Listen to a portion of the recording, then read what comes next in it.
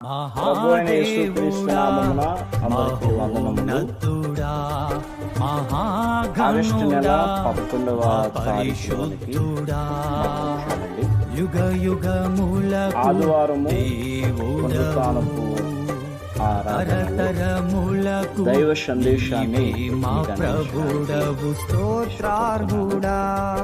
మీ అందరికీ ప్రభువును రక్షకుడైన యేసుక్రీస్తు ప్రభువు వందనములు తెలియజేస్తున్నా. ప్రియులారా, ఈ ఆదివారము నీ లోయ పోర్చబడితే దేవుని మహిమ ప్రత్యక్షపడుతుంది. నీ లోయ పోర్చబడితే దేవుని మహిమ ప్రత్యక్షపడుతుంది.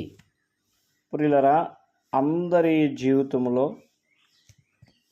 లోయ అనేటువంటి అనుభవము ఉంటుంది. లోయ అనేటువంటి మాటకి చాలా సాదృశ్యాలు ఉన్నాయి.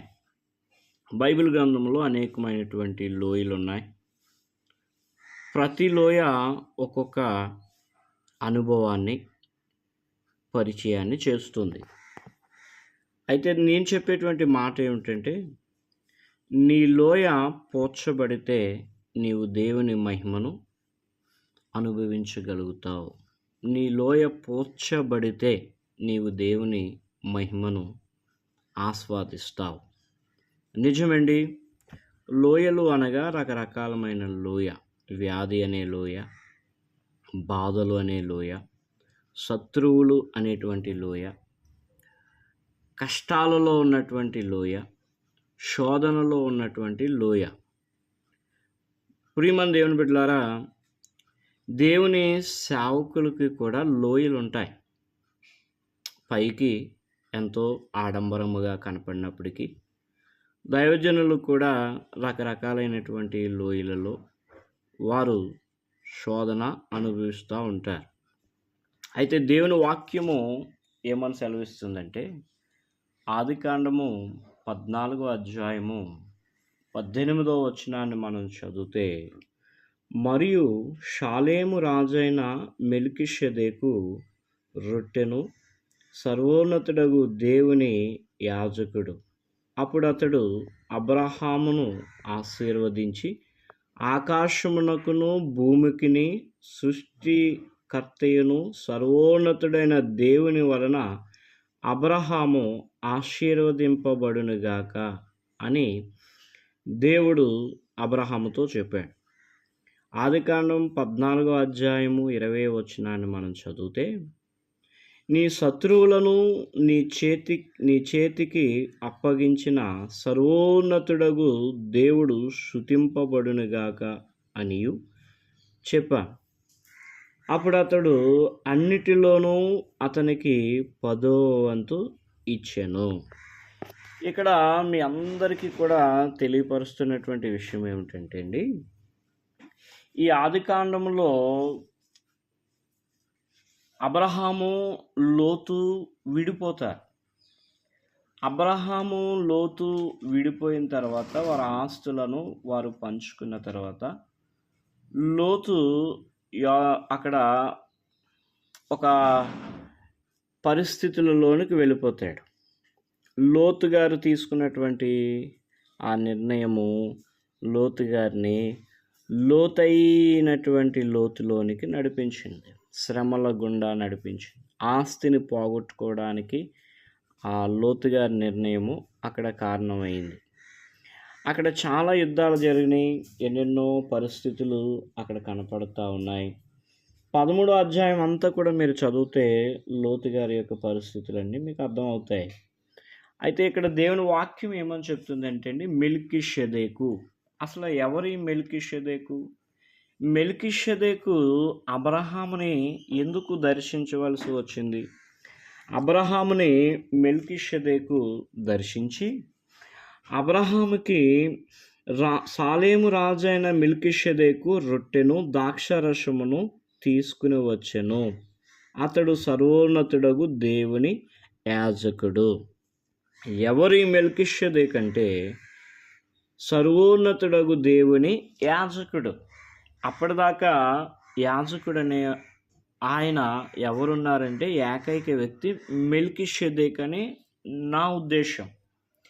ఈ మెల్కీషెదెకు మరి మనకి ఏ విధంగా సూచన ఇస్తున్నాడంటే, యేసుక్రీస్తు ప్రభువారు ఇది నా రొట్టె, ఇది నా శరీరము, ఇది నా ద్రాక్షారసము, ఇది నా రక్తము అని చెప్తున్నాడు.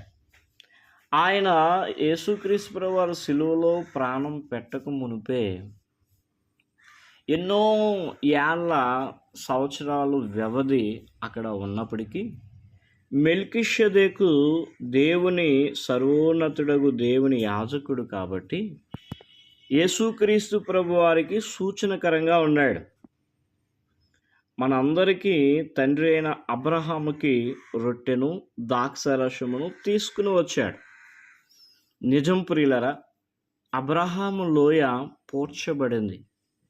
అబ్రహాము ఉన్నటువంటి విధానాలన్నీ కూడా పోర్చబడ్డాయి. అబ్రహాము దేవునికి స్నేహితుడిగా ఉన్నాడు. అబ్రహాము దేవుణ్ణి సేవిస్తూ ఉన్నాడు. అబ్రహాము దేవునితో ముఖాముఖిగా మాట్లాడుతూ ఉన్నాడు. అబ్రహాముతో దేవుని దూతలు వచ్చి మాట్లాడుతున్నాయి, ఇంటికి వచ్చి బోధన చేస్తున్నాయి. అబ్రహాము ఆ దూతల సమూహమునకు ఆతిథ్యం ఇస్తూ ఉన్నాడు. అబ్రహాము లోయలన్నీ కూడా పోర్చబడినవి. మన లోయలు కూడా పోర్చబడాలి. పూర్తిగా యేసుక్రీస్తు ప్రభువారి వైపుకి మనం రావాలి.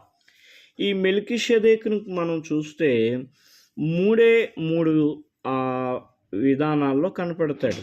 ఒకటి ఆదికాండము 14వ అధ్యాయం 18వ వచనములో రాజైన మెల్కీషెదెకు అనే మాట కనపడుతుంది. రెండవదిగా 110వ కీర్తన 4వ వచనములో కనపడుతుంది. మెల్కీషెదెకు క్రమము చొప్పున నీవు నిరంతరము యాజకుడివై యుందువని యెహోవా ప్రమాణము చేసి ఉన్నాడు. ఆయన మాట తప్పనివాడు. మెల్కీషెదెకు క్రమము చొప్పున నిరంతరము యాజకుడై ఉన్నాడు. మూడవదిగా మనం చూస్తే ఈ మెల్కీషెదెకు మనకి ఎక్కడ కనపడతాడంటే ప్రియులరా, హెబ్రీయులకు రాసిన పత్రికలో మనకి మెల్కీషెదెకు కనపడతాడు. ఈ మెల్కీషెదెకు దేవుని యాజకుడు. యేసుక్రీస్తు ప్రభువారి యొక్క పనిని ఆయన చక్కని రీతిలో నిర్వర్తిస్తూ ఉన్నాడు. మెల్కీషెదెకు మన లోయలను పూడ్చుకుంటే, మన అహం అనే లోయను పూడ్చుకుంటే, గర్వము అనేటువంటి లోయను మనం పూడ్చుకుంటే, మనలో ఉన్నటువంటి రకరకాలైనటువంటి లోయలు ఉంటాయి. క్రూరత్వం అనే లోయ, కోపం అనే లోయ, ఎన్నో విధాములైనటువంటివి మనలో ఉంటాయి. వాటన్నిటిని కూడా యేసుక్రీస్తు ప్రభువారి నామంలో మనము పూడ్చుకోవాలి. లోయ పూడ్చబడాలి. ప్రియులరా, చాలా ఉదాహరణలు బైబిల్ గ్రంథంలో ఉన్నాయి. బైబిల్ గ్రంథంలో ఉన్నటువంటి భక్తులు వారి లోయను పూడ్చుకున్న తర్వాతే దేవుడు వారిని ఆశీర్వదించటం మొదలుపెట్టాడు. దేవుడు వారిని దర్శించటం మొదలుపెట్టాడు. దేవుడు వారితో మాట్లాడటం మొదలుపెట్టాడు. వారిని ఆశీర్వదించటం మొదలుపెట్టాడు. హెబ్రీయులకు రాసిన పత్రిక 5వ అధ్యాయము 6వ వచనాన్ని మనం చదివితే, నీవు మెల్కీషెదెకు యొక్క క్రమము చొప్పున నిరంతరము యాజకుడివై ఉన్నావు అని మరి ఒక చోట చెప్పుచున్నాడు. ఈ మెల్కీషెదెకు యాజకుడిగా ఉన్నాడు. నిజమండి, మన దైవజనుడు మనము లోయలలో పడిపోయినప్పుడు, లోయ అనేటువంటి బాధలో ఉన్నప్పుడు ఈ మెల్కీషెదెకు లాంటి దైవజనులు దేవుడు మనకి ఎంతోమందిని ఏర్పాటు చేశాడు. వారు మన కష్టకాలంలో, మన శ్రమకాలంలో, దుఃఖకాలంలో, మన తండ్రి మనల్ని విడిచిపెట్టి వెళ్ళిపోయినప్పుడు, మన తల్లి మనల్ని విడిచిపెట్టి వెళ్ళిపోయినప్పుడు, మన పిల్లలు మనల్ని విడిచిపెట్టి వెళ్ళిపోయినప్పుడు, ఆస్తి నష్టము కలిగినప్పుడు, అప్పులు పాలైపోయినప్పుడు, భయంకరమైన రోగములు మనలను కృంగదీసినప్పుడు ఈ మెల్కీషెదెకు లాంటి సేవకులు రొట్టెను ద్రాక్షారసమును నీ దగ్గరికి తెచ్చి నిన్ను ఎన్నో పర్యాయములు బలపరిచి ఉంటారు. అలాంటి సేవకుణ్ణి నీవు మర్చిపోతున్నావేమో, అలాంటి సేవకుణ్ణి విడిచిపెట్టేస్తున్నావేమో. ప్రియమైన దేవుని బిడ్డలారా, మెల్కీషెదెకు క్రమము చొప్పున దేవునికి యాజకుడిగా ఉన్నాడు. అలాంటి యాజకుణ్ణి మనము కలిగి ఉన్నాం. అలాంటి యాజకుణ్ణి మనము అనుసరించాలి. అలాంటి యాజకుణ్ణి మనము హక్కును చేర్చుకోవాలి.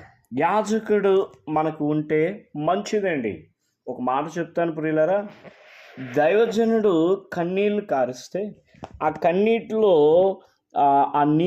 కన్నీటిలో మరి ఉప్పు ఉంటుంది. ఉప్పు దేనికి సాదృశ్యమండి? ఉప్పు లోకమునకు వెలుగై ఉన్నదని చెప్తారు. అయితే ఆ ఉప్పు ఎక్కువగా మనము మన పాత్రలో వేసుకున్నా, లేక ఆ ఉప్పుని ఎక్కడన్నా నిలవ పెట్టినా, ఆ ఉప్పు ఏం చేస్తుందంటే ఆ ఇనుమును తినటం మొదలు పెడుతుంది. ఉదాహరణకి మీరు ఎక్కడైనా ఉప్పు అమ్మేటువంటి ఆటోలను మీరు చూసినట్లయితే, ఆయన వ్యాపారము చేసే కొలది, రోజులు గడిచే కొలది, ఆ వ్యాపారము నడుస్తూ ఉన్న కొలది ఆ ఆటో ఆ ఉప్పు వల్ల రకరకాలైనటువంటి తుప్పుకు లోనవుతుంది. నేను చెప్పే మాట ఏమిటంటే, దైవజనుణ్ణి మనము కన్నీళ్లు పెట్టిస్తే, మెల్కీషెదెకు లాంటి సేవకులను మనము కన్నీళ్లు పాలు చేస్తే, ప్రియమైన దేవుని బిడ్డలారా, ఆ కన్నీళ్లు ఉప్పు వలె మీ కుటుంబాలను ఎన్నో లోయలలోనికి నడిపించేటువంటి అవకాశం ఉంది. అందుకని నేను చెప్పేటువంటి మాట ఏమిటంటే, మెల్కీషెదెకు లాంటి సేవకులు ఈ తరానికి కావాలండి.